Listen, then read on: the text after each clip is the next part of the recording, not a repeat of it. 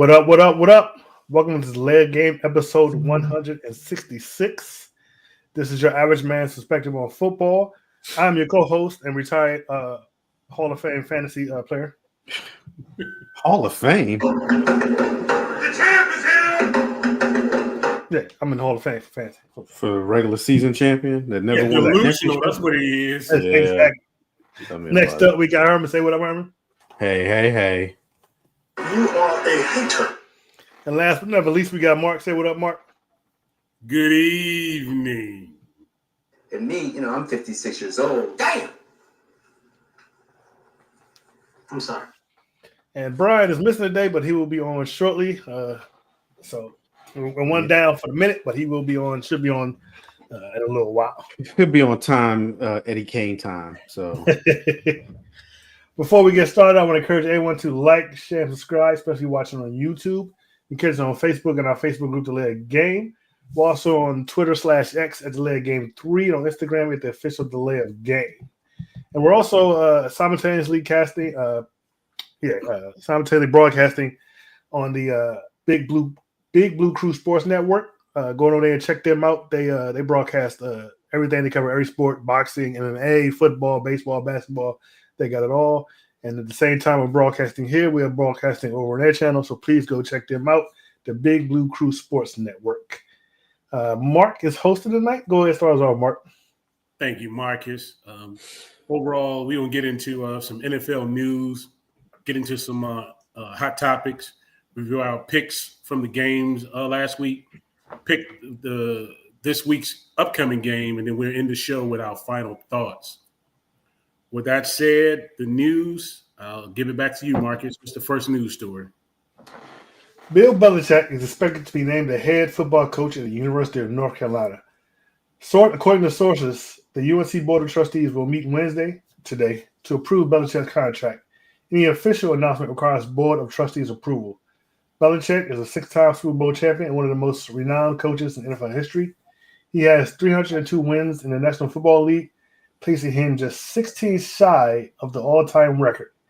He arose as a surprise possible candidate for the UNC football job, vacated after the dismissal of former coach Mack Brown. Brown is a Hall of Fame coach who returned to UNC for a second stint and brought the Tar Heels back to relevance and was unable to rocket UNC into the national prominence.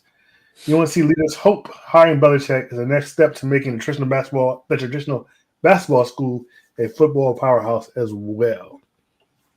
My opinion on that is going to wind up being a disaster.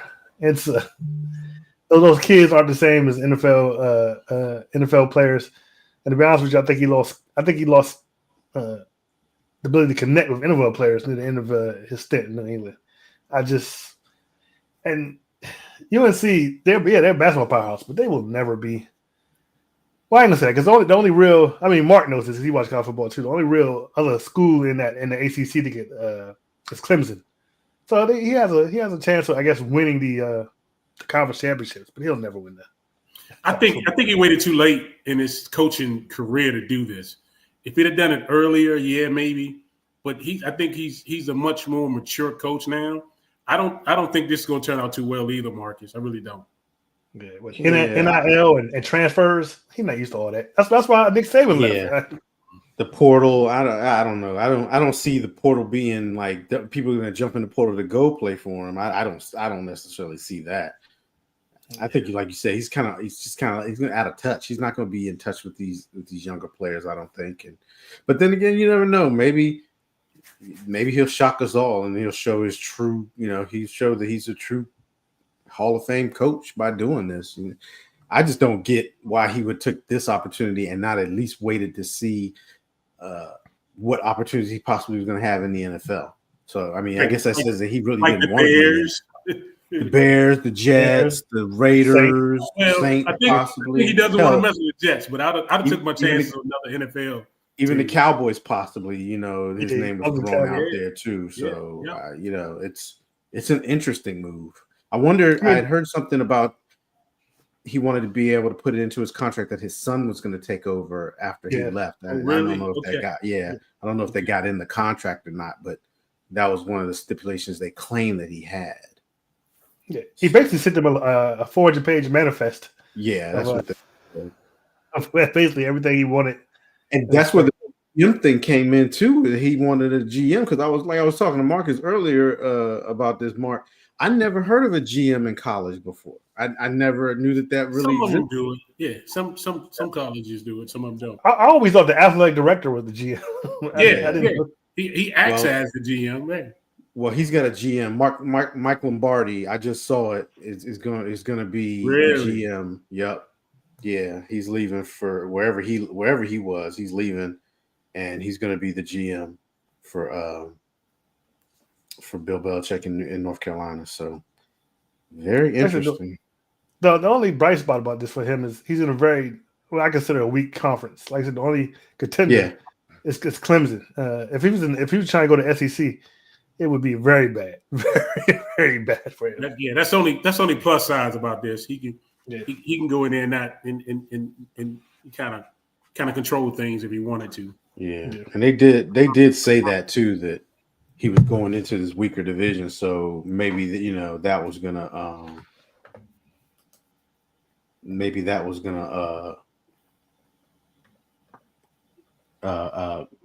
help him out or be better for him. So, all right. So we got the next news story, Herman. Yep. Take that. So, all right. Bill Belichick. Oh, yeah. I read Marcus's thing. Sorry. One day after taking to social media and attributing his downturn in production to the lack of opportunities, San Francisco 49ers wide receiver Deebo Samuel stood by his assertion Tuesday. On Monday afternoon, Samuels wrote on Twitter, quote, "Not struggling at all, just not getting the ball." He later deleted the post and added in a separate one that he was, quote, "not hating on any of my teammates." With the 49ers preparing for the Los Angeles Rams on Thursday night, Samuels was asked if he wanted to offer any further clarification on his post. Quote, "You read what I read. You read what you read," Samuel said. "I'm just frustrated for sure." Samuel's frustration stems from a lack of production the likes of which he hasn't seen since his rookie season. Over the past 4 games, Samuels has 97 yards from scrimmage on 17 touches, an average of 5.7 yards per touch. Samuel hasn't exceeded 35 yards from scrimmage in any of those 4 contests, finishing with 21, 21, 20, and 35 against Seattle, Green Bay, Buffalo, and Chicago, respectively. He's been sitting on my fantasy bench all year. Yeah, he has not been the fantasy darling this year. Not at all. So I'm gonna get into my news story here and give Mr. Holly a little time to catch up here. No, He's not going to make it. He's not going to make it. Right. NFL executive Troy Vincent said NFL will consider expanding replay assistance to help with certain penalties. Missed face mask penalties are at the top of the list. Officials have missed some crucial face mask penalties this season in high-profile games. Vikings quarterback Sam Darnold was sacked by his face mask in the end zone to end the comeback effort against the Rams. And referee Trey Blake said after the game, no official had a clear view of the foul. Hits on defensive players, tripping, the fair catch, illegal back, and illegal double team block, illegal formations on kickoffs, turning, or other areas the competition committee will review as potential recommendations for owners to vote on for expanding replay assistance. Oh, boy. So, Taunting. sound like longer games here. No, I'm not worried about the longer game part. It's just some of this stuff. Oh, man. They're going to have to be real careful because, people going to start calling for, well, what about pass interference? They're going to want certain ones. Well, it's going to turn to the eye in the sky. That's what it's going to be. You're going to see a play that's questionable, and they're going to be looking for the officials to correct whatever issue or whatever play that they have going on. So I don't like it though. I don't know how you selectively say, okay, these are the penalties we're going to look for, but we're not going to look for every penalty. Well, if you watch the XFL, they do a pretty good job of doing it, because immediately if something is missed from officials on the field, they call down and say, hey, look, stop this, so and so, this is what happened, and it's corrected right then and there. But if I'm not mistaken, they do that for all penalties. Yes. That's So correct. you see the NFL is looking to be selective already, and that's going to be a problem. It just is. So they need to tote this line real carefully and know what they're doing with it, because if you're not going to look at them all, should you look at any of them is the question. All right, y'all want to take Brian's news story, or? Yeah, I'll read it. I'll read it real quick. Yes. Let me see. Okay. Former Jets defensive end Mark Gastineau's 20-plus year grudge against Brett Favre is on display in an upcoming ESPN documentary about the New York Sack Exchange, the dominant defensive line in the 1980s that featured Gastineau, Marty Lyons, Joe Klecko, and the late Abdul Salam. Gastineau is shown confronting Favre at a Chicago sports memorabilia show last year and accusing him of giving New York Giants pass rusher Michael Strahan an easy sack in January of 2002 to break Gastineau's single-season NFL record. Since Strahan's record is 22 and a half sacks to pass Mark Gastineau, the record has been matched by T.J. Watt of Pittsburgh in 2021. Jared Allen, 2011, and Justin Houston, 2014, have each tied Gastineau's 22 sack in a single season. Yeah, that was hilarious. Have you seen the video? I've seen a real quick clip. I didn't watch the whole clip of it. Yeah, man, that was hilarious. I don't think the whole documentary's come out yet, but yeah, Brett Favre was looking a little nervous there. Hey, I guarantee you, if Brett Favre was winning with this team, I bet you this wouldn't even be an issue. What you say? What? Say it again. I said if Aaron Rodgers was winning with this team, this Jets team, I bet you this wouldn't even be an issue. Oh no, this has been an issue for Gastineau apparently for a while. I don't think it would have been an issue. I don't know. That if you've seen that clip, you could tell that's true. Like that was true hatred that dude had for Brett Favre. But the record has been broken again by TJ Watt. So what's he tripping about? He wouldn't have a record. Huh? Well, yeah, he tied. Yeah, you're right. He wouldn't, but I guess he felt like he just gave that one. He felt like he gave it up to him. He just gave it up. Yeah, sounds salty to me. Yeah, he is, but yeah. You know what he is? He's a hater. That's what he is. I knew it was coming. Right. Well, that's the news. And thanks for stopping by. I was waiting for you. All right, we're gonna get into our hot topics. First hot topics we have is Dan Campbell really a good coach, or has he just been fortunate that his decision hasn't bit him in the butt? Is he just the lucky version of Brandon Staley? Herman, I'll let you take this one first. This was Marcus's topic. You can let him start this one off. Marcus, you started, Marcus. First of all, I just put it in the group chat. I mean, not the group chat, but on the Facebook page. But they even put his name in the same sentence as Brandon Staley. It should be blasphemy. Brandon Staley was garbage. None of his fourth down attempts ever seemed to work out for him. And we see who has a job and who still doesn't have a job. So that's just crazy comparing to Brandon. He's not a lucky Brandon Staley. He's a much better coach than Brandon Staley. And is Dan Campbell a really good coach, or he just been fortunate? I believe he's a really good coach. I mean, as somebody who has been a fan of a team that has been bad for a very long time, to come in there and for him to go to a team that's even been worse than the team that I'm a fan of a very long time, a team that had a no-win season that went 0-16 at some point, that made Barry Sanders and Calvin Johnson retire early, for him to come in there and turn that thing around in 4 years? Even less than that, because they were in the NFC Championship last year. So is this his fourth year? So in 3 years, he was in the NFC Championship. Now, he does take a lot of chances. He does take a lot of chances, but it works out for him. And this came about due to that game against Green Bay, which we're going to talk about last Thursday, where I think he went like in 50 years nobody has went for it on fourth down at the 30-yard line or something like that. Their own territory, yeah. I think he's a great coach, and I think the results show it. You can't say he's a bad coach. Brandon Staley was never successful, never got the Chargers to where the Lions are right now.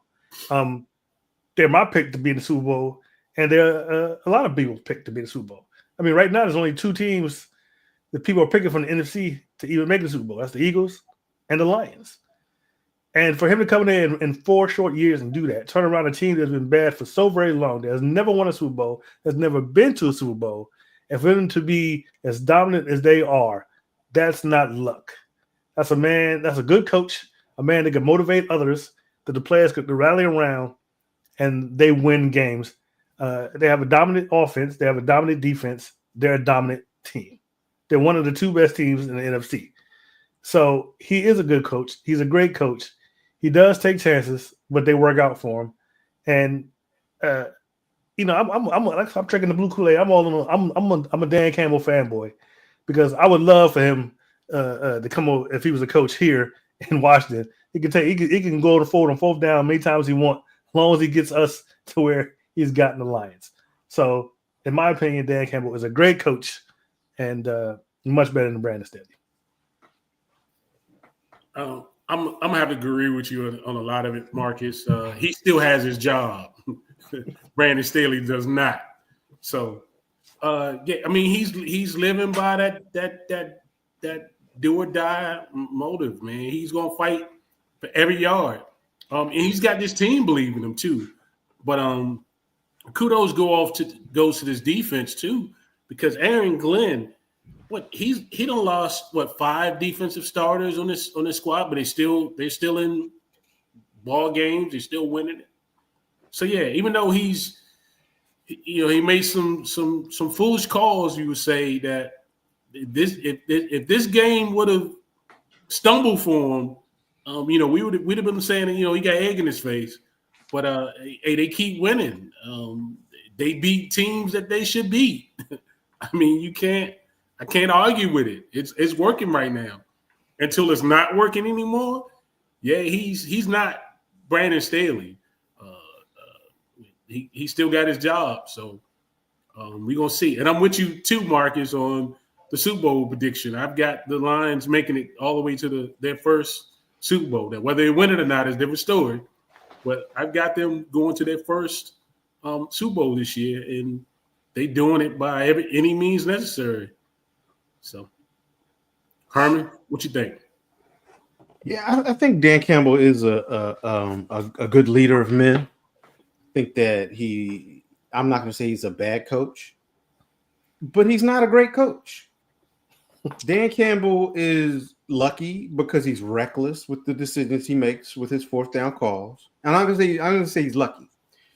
You guys pointed out the 2 reasons why Dan Campbell is so successful: Ben Johnson and Aaron Glenn, his coordinators. Dan Campbell is not running the defense. He's not running the offense. All right. He's a leader and a motivator of men. He gets the team behind him. But when those 2 coordinators are gone next year, because they probably will be gone next year, we're going to be looking right back at the same old Detroit. Think about this for a minute. Throughout the season, what calls has Dan Campbell made that you're like, man, that was a great call as a coach, as opposed to, whoa, boy, you're lucky that one worked out for you? Because he's been reckless. He was reckless last year, and you saw that what happened. That cost them. It lost him. It lost a playoff game. Exactly. So you got to look at it like, okay, and analysts been talking about this on TV, on all the talking heads. Okay, he's used to doing this stuff during the regular season when it's not going to make a decision that can send you home. What's he going to do when it comes time to get into those situations where he has to make that decision and it could get him sent home? Because last year he made a decision that basically got himself sent home. This year, is he going to do that, or has he learned now? at the end of this year, if he comes up on that situation in the playoffs or whatever, and he makes the right decision, then maybe I'll reevaluate and say, okay, now he's becoming a great coach. But right now, to me, he's reckless. Like that, like there's no need for that fourth down call in your own territory that early in the game when your defense is playing good. You know, there's a feel for the game, right? And you're like, all right, if my defense is struggling, I might have to go on offense because my offense is going to have to carry us, blah, blah, blah. But he does. It's not those feels. It's just like reckless. Like it's almost like a 10-year-old playing Madden is what they said. He just goes for it when I feel like going for it. So none of his decisions to me are the types of decisions you say, man, that is a great coaching decision. It's more like, oh boy, that was bold. I'll give it to you. But if that had backfired on you, it could have been a problem. And he's lucky enough that it hasn't backfired on him yet. So that's my opinion on it. On him. Okay, but here's the thing. I believe that he believes that when he calls those decisions, they can make it. Is it really reckless if you believe that you, with beyond a shadow of a doubt, or at least he probably believes 90% chance he's going to make it. And first of all, that means he believes his offense to either make it, and he believes his defense that if the offense doesn't make it, they can stop or shut down the other opposing offense. Is that really that reckless? Yes, it is. At your own 30-yard line. First of all, you should never believe that there's a 90% chance that you're going to get a fourth down play. You shouldn't in the NFL. You should never believe that. If you know your team, you know your offense. No, I don't. Like you said, you got Ben Johnson calling plays. You got a good running back duo. You got a good quarterback who they talk about. This is the NFL. These are all NFL players. I have a problem with him taking a risk inside his territory. That's Definitely. what I have a problem with. It's inside your own territory. That's reckless. At the 30, that's what I have a problem with. Why do you think nobody's done it in 50 years? Would you say the stat was nobody had done it in 50 years? Because you don't do it. You when you turn it, if you don't get it, you turn it over. You're giving up at least 3 points, at least. Exactly. There's a possibility it may be 7. So it's too risky. It's too risky. Right. When is it ever a good decision to just automatically say, all right, I'm risking I'm going to give up 3 automatically almost because, it's not. That's reckless. I mean, he's a motivator. He's an innovator. He said he's definitely no. He's not an innovator. He's a motivator. He's an innovator because he's doing, like I said, hadn't been done in 50 years. If he's doing it now, he's an innovator. It's called. He believes in this team, and he figured, hey, it's a regular season game. We can afford. We're 10-1. We can afford to lose a game. But you can't because you have Philly. He literally has Philly breathing right down their neck. That's another thing. He could have risked home field advantage, which is huge in the NFL. We all know that. We all know that first round bye is the biggest prize besides the Super Bowl at that point. It's just reckless. And by them being a dome team, I think they're going to benefit the most by having home field advantage. And you jeopardizing that with making these calls and losing these games. They would benefit more from having a home field advantage than any other team in the NFC right now. Especially that dome. Not to say that they're not tough enough to go outside and play. It's just that having home field advantage in that dome, that's huge for them. It just is. He can't be reckless. Some of the decisions are just reckless. They just seem. Some of them I'll say are strategic, but like going for it inside your own 30, that's just reckless. Well, I see you guys playing, but until it doesn't work, it works. That's the way I look at it. And Brandon Staley was garbage. It's not even on the same league as Dan Campbell. And you can put me on the record too as saying that the Detroit will not be representing the NFC in the Super Bowl. So it's gonna be Philly will be. I ain't said it's gonna be Philly either. I just said it won't be Detroit. It's gonna be Detroit. I promise it's gonna be Detroit. It's a sleeper team, and I'm not gonna name them yet, but I know who it's gonna be. The Rams. It won't be the Cowboys. I know it's gonna be the Cowboys. I ain't worried about that. But All right, we're gonna move on to our next hot topic. The Philadelphia Eagles wide receiver A.J. Brown threw his quarterback Jalen Hurts under the bus. In a press conference, game locker room interview after the Eagles barely squeaked by the Panthers, Brown was asked, "What do you think about what do the Eagles need to do to get better?" And he answered, "Passing." What's your opinion on Brown's comments towards his quarterback.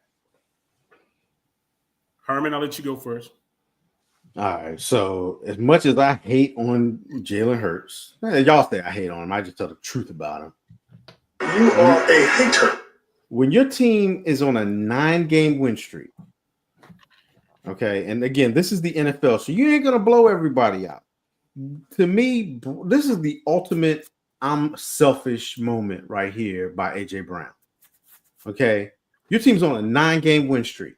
Yeah, granted, you squeaked by the Panthers, but everybody knows the Panthers right now, they're playing better football and they have nothing to lose, which are some of the worst teams they have to play right now. This is the ultimate. I'm a selfish guy, and all I want to do is worry about what I catch, or what I do. AJ Brown needs to sit down and shut up. And I think this is a classic example of a player who probably in pound ball was the best player on the team and the most and the center of attention. And in college, of course, center of attention, big guy on campus. And he comes to he went to Tennessee first, and he was the big guy in Tennessee, the big receiver. And now you're starting to see why. Remember, I was like, why the hell Tennessee get rid of AJ Brown? Well, now you're starting to kind of understand why they got rid of AJ Brown. Okay. Selfish player, doesn't care about anything but himself, it seems like, throwing your quarterback under the bus. And you know that the headlines are going to run with this when you say these things. You know they're going to run with this.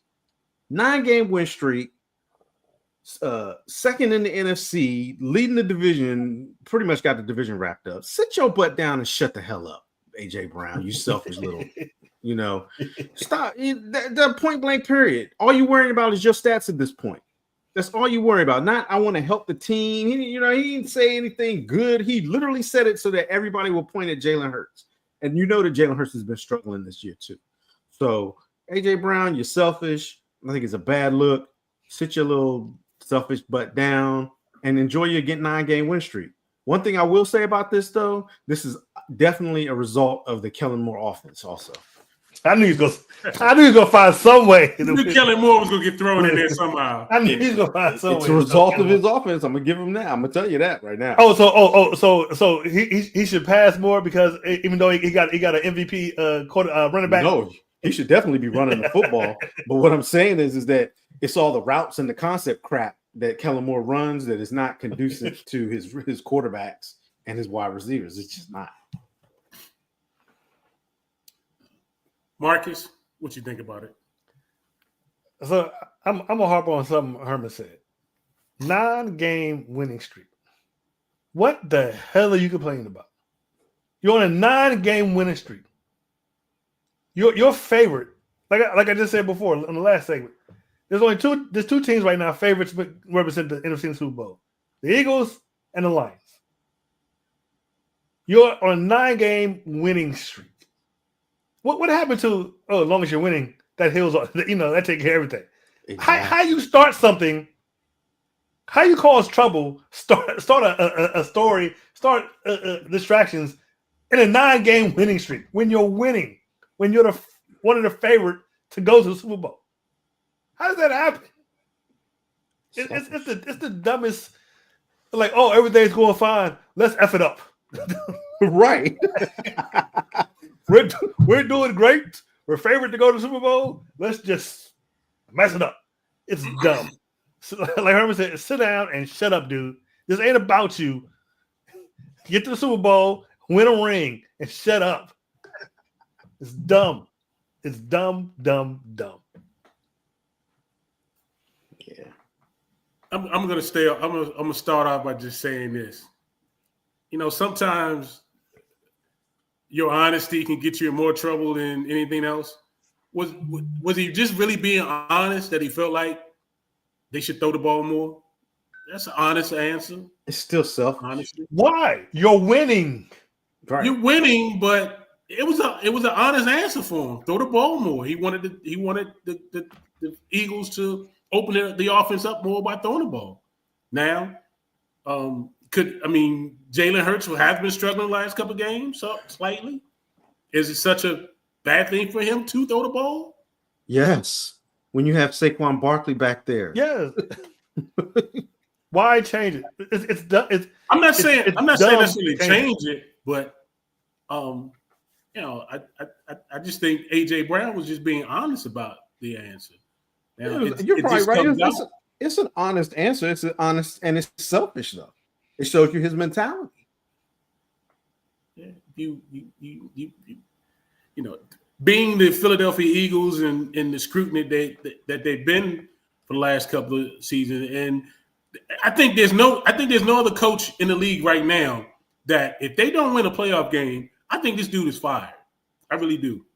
They have to fire Sirianni, if they don't win. Yeah, if they don't win a playoff game, most game, definitely, because they're going to host the game. That means they would lose at home. Right. I see him getting fired. I do. And they would lose to a number 7 seed. Yeah, so that would be that would be unheard of. Yeah. So much talent that his team has. How they lost last year towards the end of the season and the playoffs. Yeah, I think he's gone. So I think that takes more critical judgment more so than I think Jalen Hurts does. To be honest with you, you need Hurts to play well in order to get this team to the next level. At least winning the playoff game. At least. But you see now what he's created, right? And see, this is the problem with teams that don't have when the culture starts to break down. Like you wouldn't have heard that coming from any players in Detroit, and I give Dan Campbell much credit for that because his culture that he's created wouldn't allow that. I agree. But you got Nick Sirianni who acts like an ass, point blank, period. Just got to put it out there. So now he got players who want to act that way and want to cause just distractions and trouble amongst a 9-game win streak. Like who I think Detroit's the only other team that has a longer win streak right now than Philly probably, and Detroit's on like an 10-game win streak or something like that. I think, they're the next streak or the high streak. So what's that? Nobody else is on a 9-game win streak. Only one other team has a longer one. Like what? I couldn't be his coach because it would be a problem. We would have a problem. Like he wouldn't have did that in Pittsburgh. I bet Mike Tomlin would have had something to say. I mean, Mike Tomlin, but Pittsburgh do be having trouble with wide receivers all the time. They do, but they're not worth the trouble either. So yeah, you're right about that. Hey, look, they become problems, but they get shipped out real soon. Get shipped out, exactly. That's what I'm saying. They get shipped out real quick, like real Pickens, fast. Pickens better watch it. He might be on that block soon. It's just like you create something out of nothing and you make it a story. It's just a distraction with nothing. And like I said, in the middle of a 9-game win streak, there's no reason to. It's like it's just dumb. And he knew what he was doing, though. That's the thing. The way he said it. He had a little smirk in his face when he said it. And he goes, Patsy. And didn't follow it up with nothing. He knew exactly what he was doing. He knew exactly. And then you know what's crazy is Kellen Moore said earlier this week they're going to try to get AJ involved more. You're just dumb. Keep doing what you're doing. Yeah, Don't exactly. until somebody stops it. Watch what happened. They're going to wind up going on a 3 games left in the season, 3-game losing streak. Looking crazy going into the playoffs. All right, so that ends our hot topics for this show. We're gonna get into our picks for last week. The first game we have the Green Bay Packers and the Detroit Lions.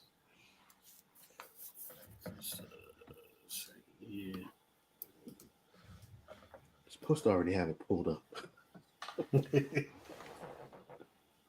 Hush there, Mr. Herman. You're not hosting right now, so hush. I'll just wait. Do you know sometimes it takes a while for this stuff to pull up now? You know, silence on a broadcast is like the worst thing that you can ever possibly have. It's like the biggest no-go ever. That is so true. All right. Our first game. The 9-4 Green Bay Packers and the 12-1 Detroit Lions. Detroit won it 34-31. This game was a good one. It was a doozy. The stats for this one, we had Jordan Love, 12 for 20, 206 yards, 1 touchdown. Josh Jacobs, 18 for 66, 3 touchdowns. And then leading receiver, you had Christian Watson, 4 receptions for 114 yards, 0 touchdowns. For Detroit, Jared Goff, 32 for 41, 283 yards, 3 touchdowns, 1 interception. David Montgomery, 14 carries for 51 yards, 1 touchdown. And you had Jameis Williams, hit the wrong thing. Jameis, 5 receptions, 80 yards, 0 touchdowns. Marcus, who did you have in this game? Well, you already know I'm going with Detroit all year. Like I said, this was I picked Detroit. This was a very good game. We just finished talking about it. Dan Campbell, he was on full display this game, just going for it every time. Very good game. I think I want to say probably one of the best Thursday night games we've had. But yeah, I picked Detroit. Detroit won. Yeah, this game, the Lions broke a franchise record with their 11th straight win. The Lions went for it on 4th down at the end. It was crazy. They went for it on 5 different times in this particular game. Jake Bates made the 35-yard field goal with the time expiring. But the Lions defense, like I say, they held Josh Jacobs down for the most part. Missing a lot of defensive players. Hats goes off to them.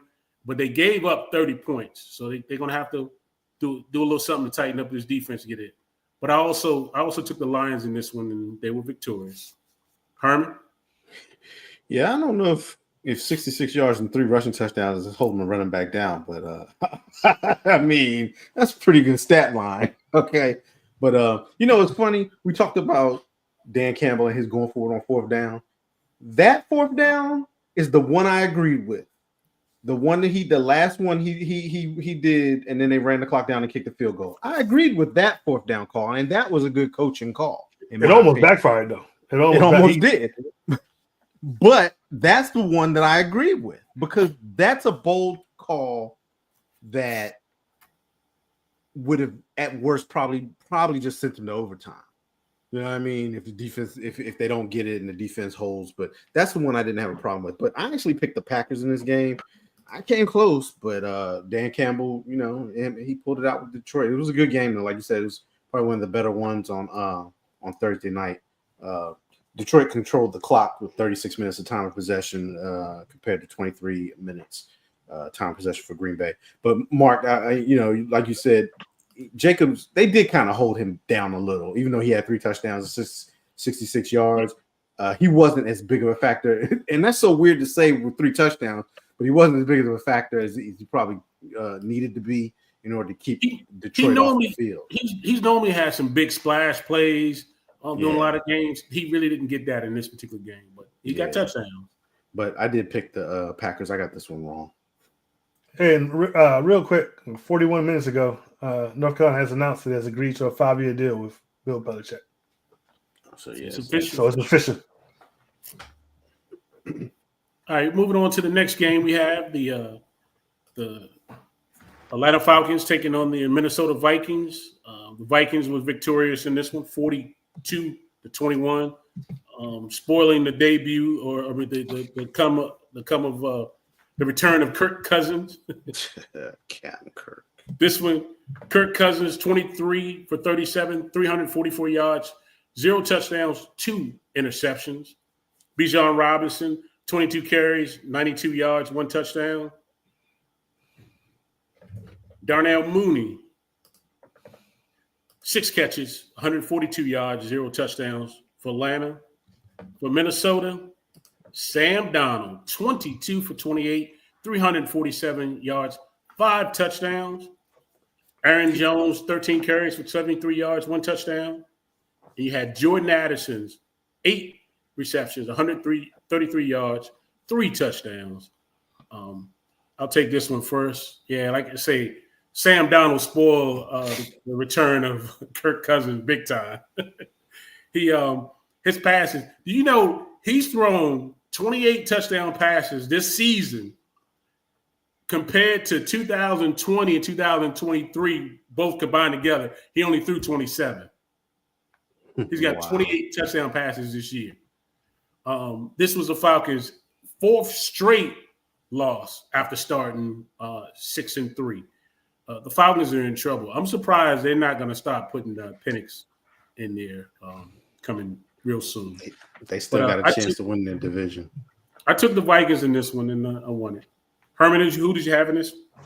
Y'all know I've been eating this crow all year, and I'm swallowing it with the purple Kool-Aid. I picked the Vikings in this one. Y'all don't even realize what y'all are seeing right now with the Vikings, do you?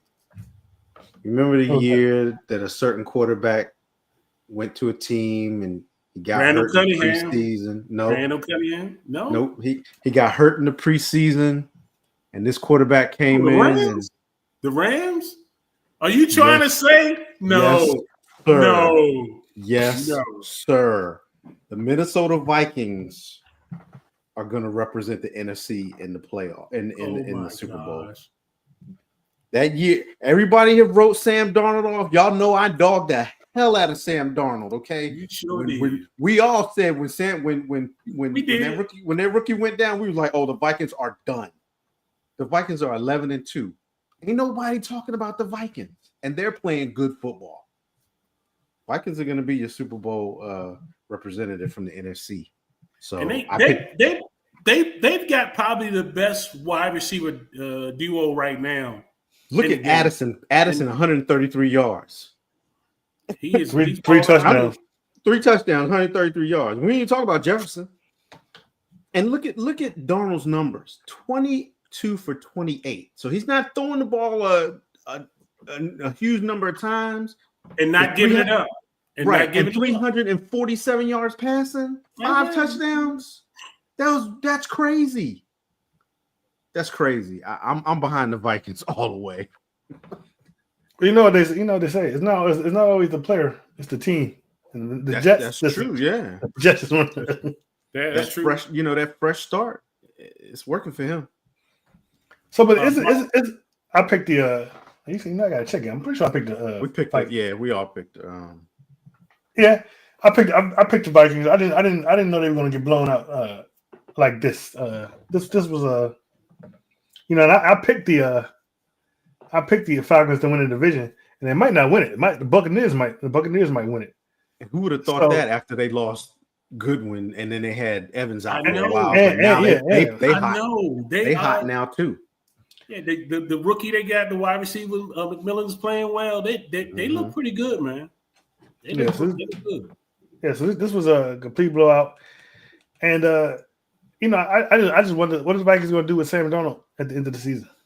Like, he's an unrestricted free agent, so this is crazy. And they said that they haven't even started talking to him about an extension, possibly. Like, it's going to be interesting because they're going to look like if they let him go, and then they flop with the rookie because it'll be his second year. Yeah, hold on.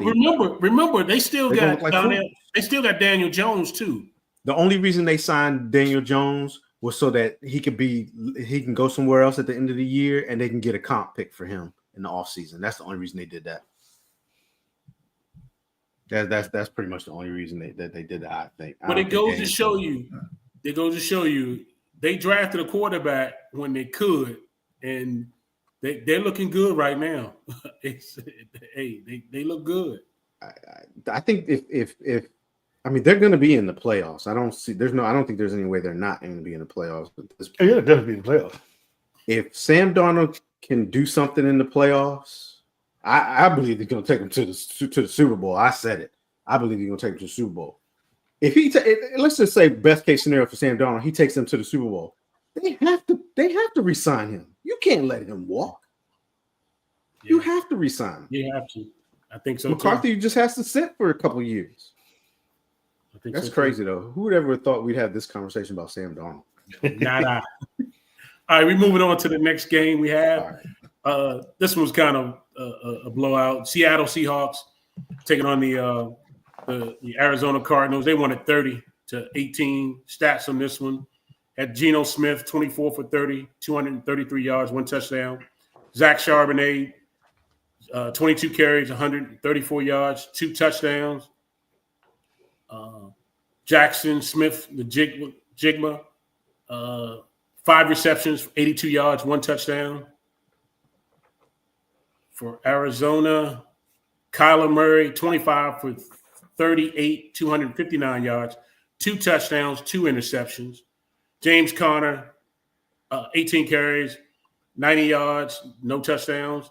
You had Trey McBride, 7 receptions, 70 yards, no touchdowns. I took Seattle in this one. And Seattle came out, they ran the ball real well. That was the key to their victory on this one. They, even though they had offensive line issues, I don't know if you guys remember, but they had a center that retired in the early beginning of the season. That's how bad the offense was. Yeah. They were pulling people off. Charbonnet had a marvelous game, 193 yards total, 2 touchdowns. Kyler Murray's 2 interceptions early is what they could never recover over that one. But Seattle ran away with this one all the way. I took Seattle. Marcus, who do you have in this one? Yeah, I picked the Cardinals, and I picked wrong. I mean, like you said, Kyler Murray's 2 interceptions, and he was sacked twice, whereas Geno Smith, no interceptions, no sacks. They just played much better that day, and the running and it's just much better than the Cardinals. I thought the Cardinals were heating up, but it's the Seahawks who are heating up, and I think they're division lead right now. So if the playoffs will start today, they'd be going to the playoffs. So, but I picked the Cardinals, and I was wrong. Herman? Yeah, I had Seattle in this one also. This is right about where you want Geno to be. Around, he's 24 for 30 yards passing, 233 yards. You don't want to get him slinging the ball all around because then he's going to be more prone to the turnovers. And like you said, that run game was real big for Seattle, especially in time of possession. They held the ball for 33 minutes compared to Arizona holding the ball for 26 minutes. Kyler Murray with the 2 interceptions. It's hard to win games with teams and turn the ball over. But yep, I picked Seattle, and I got this one right. All right, moving on to the next game we have, and this was a good one. Buffalo Bills taking on the LA Rams. This Rams won it 44-42, but this game was a track meet. They were going back and forth. Stats on this one: Buffalo MVP candidate Josh Allen, not really. 22 for 37, 342 yards, 3 touchdowns. He also had 10 rushes for 82 yards, 3 rushing touchdowns. Khalil Shakur, 5 catches for 106 yards, 1 touchdown. For the Rams, Matt Stafford, 23 for 30, 320 yards, 2 touchdowns, 0 interception. Kyron Williams, 29 carries, 87 yards, 2 touchdowns. Puka Nacua, 12 receptions, 162 yards, 1 touchdown. Herman, who did you have in this particular game? Unfortunately, I picked this one wrong, and I did pick the Rams. This was a great game. Like you said, it was a good shootout. You said you picked the Rams. The Rams won. I picked the. Wait a minute. Oh, did I pick? No, I picked the Bills. I'm sorry, I read that wrong. I picked the Bills. I think I started to pick the Rams, but this was a good game. I thought the Bills was a better team because the Rams, they were getting hot, then they looked cold. But the Rams, when you play a shootout game with the Rams, and they got Puka Nacua, and Cooper Kupp, man, it's like you would think that teams would try to stop Puka at least. And this dude just out there just looks totally unstoppable, man. It's ridiculous. So I picked the Bills, and I got this one wrong. Yeah, I was with you on the Herman. I thought the Bills was going to pull this one out, man. Josh Allen with 3 touchdown passes, 3 touchdown rushing. Matthew Stafford had a huge day too. The Rams moved to 7-6, so they keep their playoff hopes alive. Puka Nacua had probably, for me, probably the catch of the year. That sideline throw and catch that he had, and he put his 2 feet in bounds, was beautiful. That was crazy. Beautiful. But I took the Bills, and I was wrong on this one. Marcus, Sorry. go ahead. I also took the Bills. Like Herman said, the Rams, it'd be hot, it'd be cold. You don't know which one you're gonna get. But this was a great game, a total shootout. And I don't know how you can say Josh Allen's not MVP candidate. Three running touchdowns and 3 passing touchdowns, no interceptions. He's just a hater, man. He's just a hater. Sam Darnold is more of an MVP candidate than Josh Allen. You lost your damn mind. Sam Darnold has 3,299 passing yards compared to Josh Allen's 3,033 passing yards. Sam Darnold has 28 touchdown passes compared to Josh Allen's 23 touchdown passes. What about Darnold has a passer rating of 108 compared to Josh Allen's passer rating of 101. And how many weapons does Sam Darnold have compared to Josh Allen? I don't want to hear that weapons crap. Yeah, I don't want to hear that. How many weapons? He got Who's nothing. more It's all valuable just to Allen. their team? It's all just Sam Josh Allen. Darnold. It's more valuable to the Rams than Sam Darnold. Darnold. JJ McCarthy would have had the same stats. Sam, you're crazy. JJ McCarthy had the same stats. I agree with you, Marcus. You're crazy. He's got more weapons with him than what Josh He Allen got Justin had. Jefferson and Jordan Addison. More weapons. Who Josh Allen got? I don't want Nobody. to hear that more weapons. It's him and only him. He's the whole team. Nice try. MVP candidate. That's your boy right there. MVP candidate Sam Darnold. That's what you better put some respect on his name. If Allen doesn't win it, then that means Saquon broke. What's his name? Respect on his name. All right. Next game we got is the LA Chargers taking on the Kansas City Chiefs. The Chiefs won it 19-17 on one of the craziest game-winning field goals I've seen in a long time. This is crazy. Stats in this game, you had Justin Herbert, 21 for 30, 213 yards, 1 touchdown. Gus Edwards, 10 carries, 36 yards, 1 touchdown. You had Josh Palmer, 6 catches for 78 yards, 0 touchdowns. For Kansas City, Patrick Mahomes, 24 for 37, 210 yards, 1 touchdown. Isaiah Pacheco, 14 carries, 55 yards. And then you had Travis Kelce, 5 catches for 45 yards in this one. Man, Chargers had them on the ropes. I had the Chargers to win this game. I thought they were going to upset them. I picked wrong on this one. They had them against the rope. They let them. They keep beating themselves. The penalty with Joey Bosa that they had an interception on, they had got get called back. You had the drop passes. You had the missed a pass downfield to Josh Palmer that could have been a touchdown. With all this said and done, Kansas City still clinches their 9th AFC West title. It's crazy, but the Kansas City Chiefs keep on winning. But I had them falling to the Chargers this game, but I got it wrong. Marcus?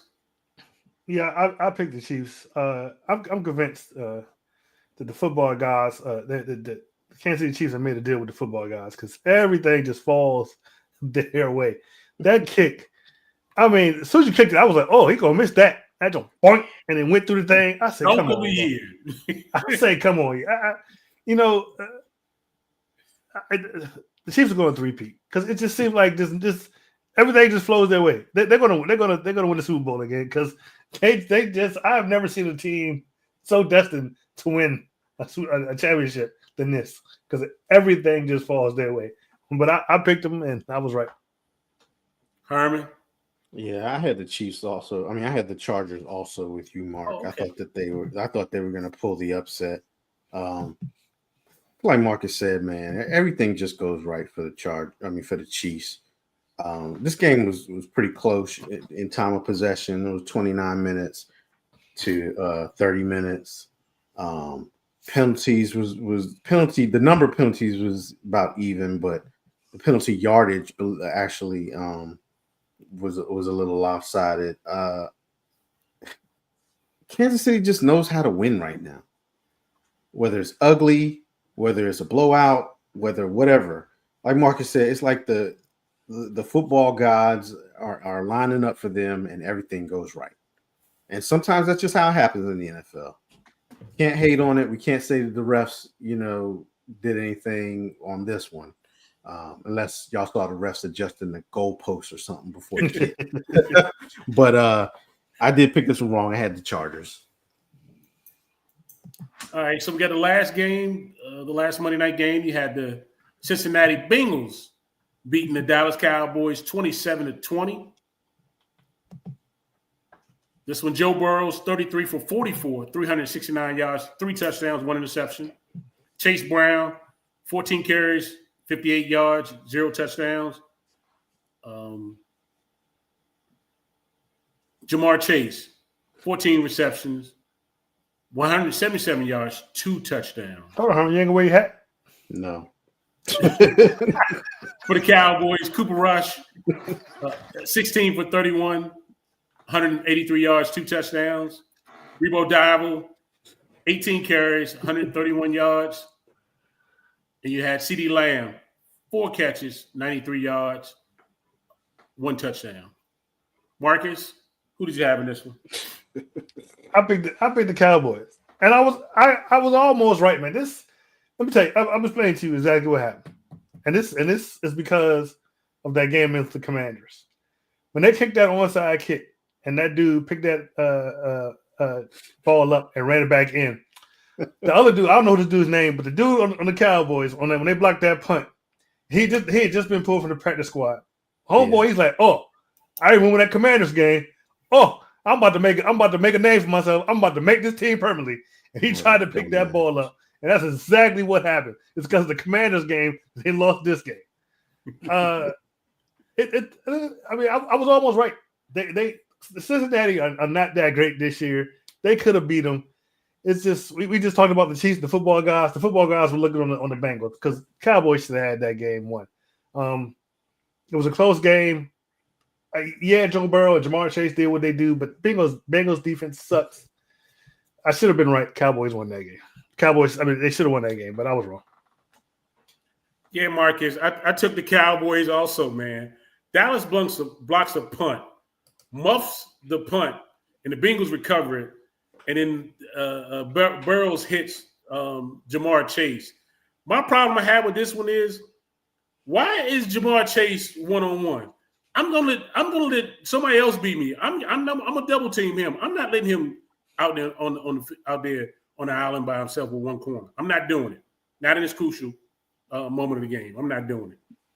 And then the Leon Lett play at the end. Oh my God! Stay away from the ball, man. Stay away from the ball. But I needed y'all to win this one, though, Cowboys fans, for me. I needed y'all to do it, but you couldn't. So what can I say? I heard an interesting take on that play. Like they said, they should change the rule because when they recover, even though it was a muff punt or whatever it was, Bengals didn't recover that past the first down marker. Where they shouldn't have recovered the ball, but it should have been like turnover on downs because they still didn't pass the first down marker. It was. I didn't realize it wasn't past the first down marker. I didn't realize that. No. The way it is now, as long as it's past the line of scrimmage, and it gets muffed. But how about this? It's a dumb rule because they're saying, okay, the Cowboys player touched the ball and then it becomes a live ball, but the Cowboys player blocked the ball and so he was the first to touch it then, but It's not a live ball. It's a dumb rule. If a punt is blocked, it's blocked and should be dead. Dead wherever it drops. Yeah, the muff punt rule shouldn't even be applied. Yeah, the muff punt rule should not be a part of that, and that's what's so stupid. But yeah, look. I ain't wearing the genius hat because I wasn't a genius when I picked this game. Y'all was being stupid. Okay, if a Cowboys fan picks against his team, y'all should reverse your picks. That's just what it is. It just is what it is. In some way, form, or fashion, Dallas was destined to lose this game. I thought the Bengals was going to blow Dallas out because I got Joe Burrow and I have Chase on my fantasy team. Okay. And I know what points they can put up, what they can do. So Dallas actually played pretty good in this game, honestly, to hold them to 27 points. But the thing is that Dallas is going to do what Dallas does. You know, he had a 2-game win streak going, come home and you got the Bengals, and you find some dumb way to lose this game. Just dumb. So, and then you got your the dumb owner coming out talking about why would the player block the punt? Why was the punt block called? Because of Turpin, I guess, you know, he's such a threat to return the ball. But how that just shows you how stupid Jerry Jones is. Talking about why was punt block called? Why the hell wouldn't you want to block that punt?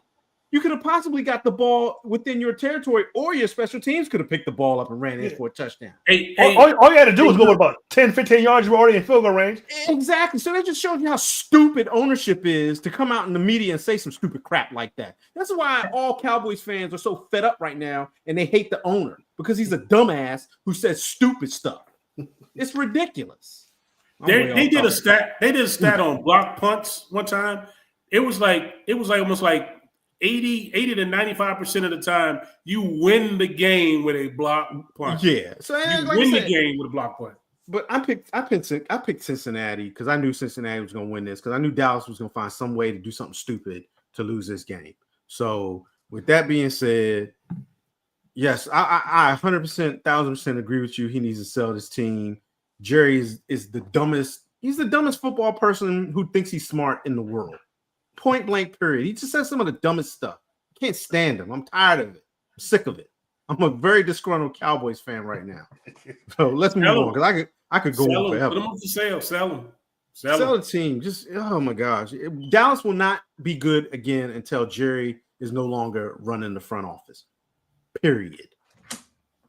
Well, I don't know about being good again. I did have 3 straight 12-12 in it won't matter. We were beating teams who weren't winning. We were beating sorry teams, losing teams. I mean, that's the honest truth. We were beating bad teams.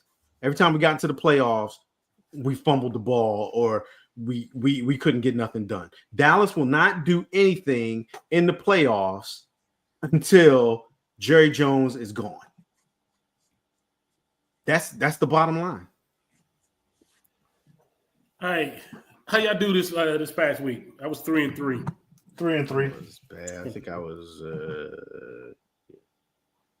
3-3, something like that. All right, let's go to next week. Yeah, there's shut always up, one Ivan. Shut up, Ivan. All right.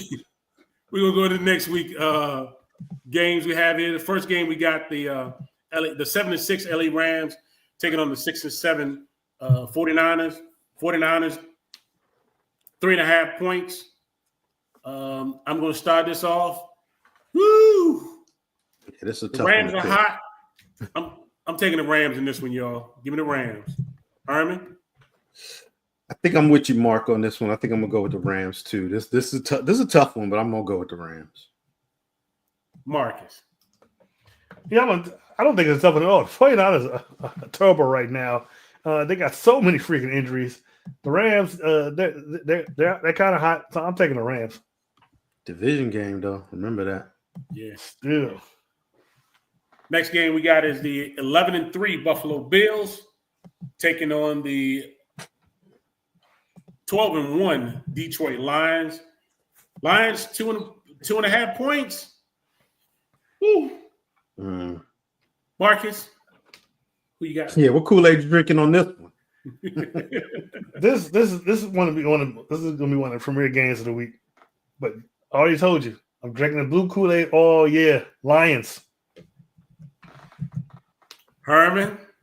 Dan Campbell will go for 5 fourth down or 5 times on 4th down. Oh man, this is a tough one. I'm gonna go with the Lions because they're the home team. They very well could lose this game. This is a tough one, man. I believe in Josh Allen, but I'm going with the home team. Give me the Lions on this one. I'm taking the Lions. That means Brian Longwolf.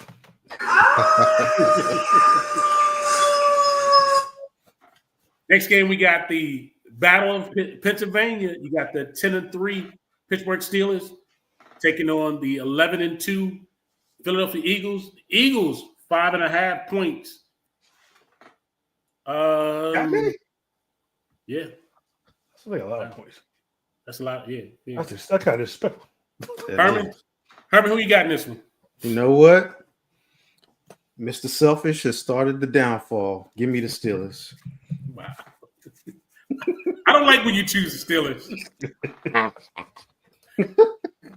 Marcus. So I'm with Sean. I need Pittsburgh to win so that the Eagles don't wrap up the division. So I'm going with the Steelers. Hey, man, despite I know you ain't about to. We know you're not about to pick against the Steelers. So start with the BS. Okay? despite George Pickens not playing in this game, I think Philly's got more turmoil. I think we're gonna take this one. I think we're gonna take the battle of Philly. I'm taking the Steelers on this one, y'all. Oh, Pickens ain't playing this game either? He's not playing, no. What's wrong with Pickens? He's got a hamstring, but they just trying to keep him for the long haul to the playoffs. Yeah. Moving on to the next game, we got the Green Bay Packers, the 9-4 Green Bay Packers, 3.5 over the 8-5 Seattle Seahawks. Marcus, who you got in this one? You know, I'm gonna take the Packers. I bounce back for the Packers. Packers win this game. I'm gonna take the Packers in this one too. Give me the Packers. Herman? Yeah, I'm with you guys on this one. I think the Packers are actually I just think they're the better team. I think they got a little more firepower. I think they're better at quarterback. So give me the Packers.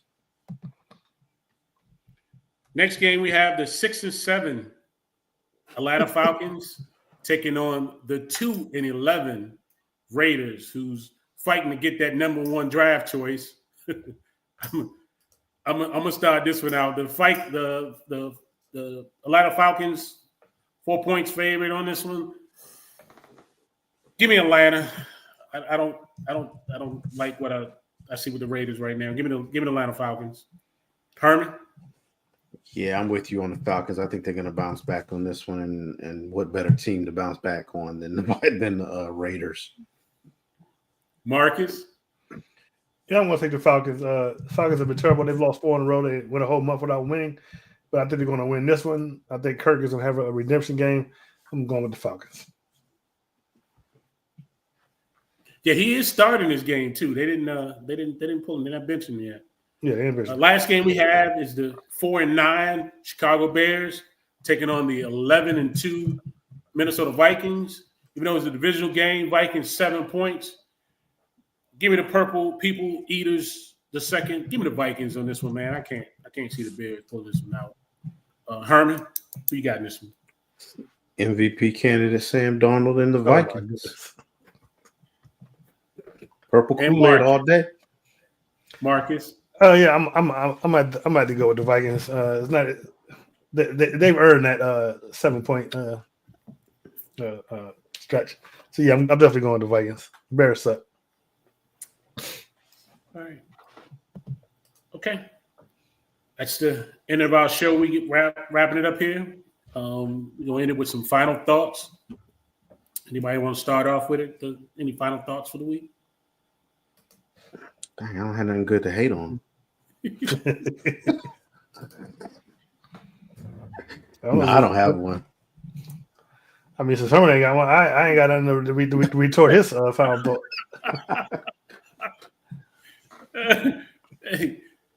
Hey man, I'm just so sad that we're in week 15 of the NFL season. That's kind of depressing for me. That's just it. I'm just. But actually, this is what we do. A lot of these games are starting to count for something. So yeah. This is when these games you want to see. These games really mean something. So hey, I call it. This is when the cream rises to the top, baby. I give you my final thought. I finished first place in one of my fantasy leagues and second place in the other one. It's over already. No. I'm saying the playoffs are starting. I'm just saying, but the double up is real. If you don't know about the double up, You better learn it. Yeah, as a Hall of Fame retired fantasy football player, I know a lot about the double up. Get out of here. Marcus, turn it off. Regular season champ is here. Marcus, take us out of here, please. Before we get out of here, I want to encourage everyone to like, share, and subscribe, especially if you're watching on YouTube. You can catch us on Facebook and our Facebook group, The Delay of Game. We're on Twitter/X at Delay of Game 3. We're also on Instagram at the official Delay of Game. You can also catch us on the Big Blue Crew Sports Network. Like I said at the beginning of the show, we simultaneously broadcast on their channel, same time we're broadcasting here. So go on over there and check out their other shows. They have quite a few. We will see you next week. Same bat time, same bat channel. Peace. We out. Peace.